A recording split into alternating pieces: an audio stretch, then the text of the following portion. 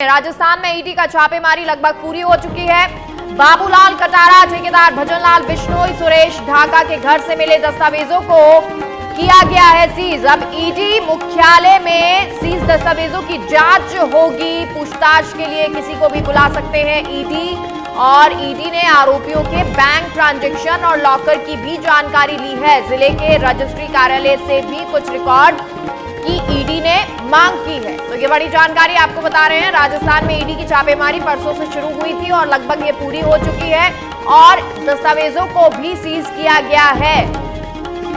ED मुख्यालय में seize दस्तावेजों की जांच की जाएगी। पूछताछ के लिए किसी को भी ईडी बुला सकती है।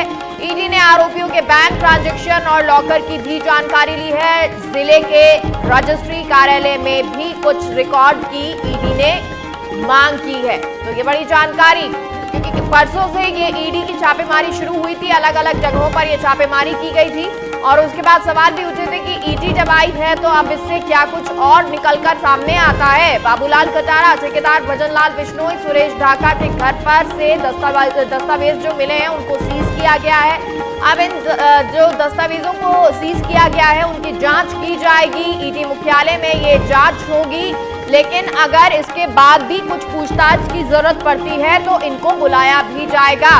पूछताछ के लिए किसी को भी ईडी बुला सकती है, क्योंकि अगर अलग अलग रिश्तेदारों के नाम पर ये अगर प्रॉपर्टी निकल कर आती है, दस्तावेज निकल कर आते हैं, कुछ गलत दस्तावेज मिलते हैं, उन तमाम चीजों के सवाल जवाब अब ईडी पूछेगी। पूछताछ जो है वो अब जारी रहेगी, लेकिन कब बुलाएगी ये ईडी पर निर्भर करता है।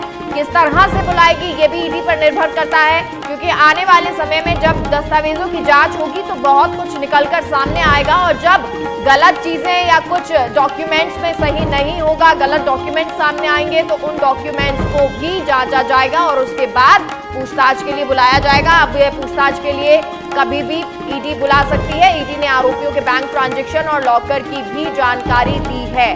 जिले के रजिस्ट्री कार्यालय से भी कुछ रिकॉर्ड की ईडी ने मांग की है। अभी भी ईडी की तरफ से कई जो मांग है दस्तावेजों को लेकर की गई है, रिकॉर्ड को लेकर की गई है। और आपको बताते हैं जो ट्रांजैक्शन है, बैंक कार्यालय, बैंक है, लॉकर है, उन सब की भी जांच की जाएगी। उनको लेकर भी जानकारी जुटाई गई है। और गौरव गौड़ हमारे साथ फोन लाइन पर जुड़ गए हैं, हमारे सहयोगी। गौरव, क्या कुछ जानकारी है? ईडी की जो कार्रवाई है वो लगभग पूरी हुई है, छापेमारी, अब इसके बाद क्या कुछ प्रक्रिया?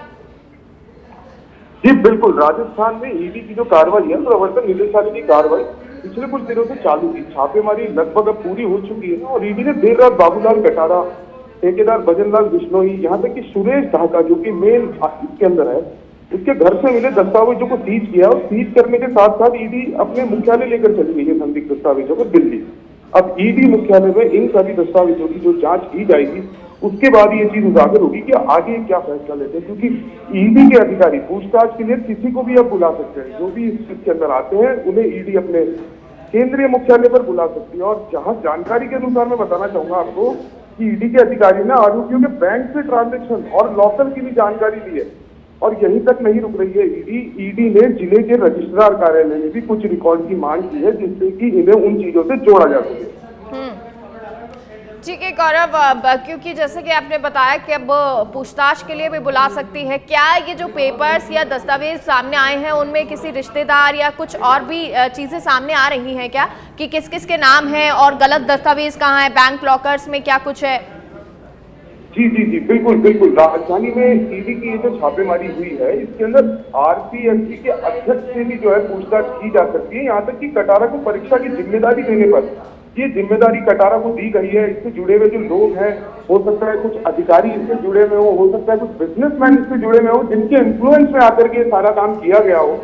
यहाँ ईडी की जो मुख्य तौर पर जो जांच करने का तरीका है उसके अंदर ये देखा जा रहा है कि जो सभी पेपरों के अंदर, क्योंकि इससे पहले भी जो है पेपर आउट हुए हैं, तो क्या ये जो सिंडिकेट है, क्या ये वही सिंडिकेट है, क्या इसमें अलग अलग चेहरे हैं, क्या ये यही लोग हैं, क्या ये रिश्तेदारों द्वारा बढ़ाई गई जो ये पूरी सिंडिकेट है, इसे किस तरीके से तोड़ा जाए और भविष्य में इससे जुड़ा कोई भी जो है ऐसा गलत काम ना हो सके।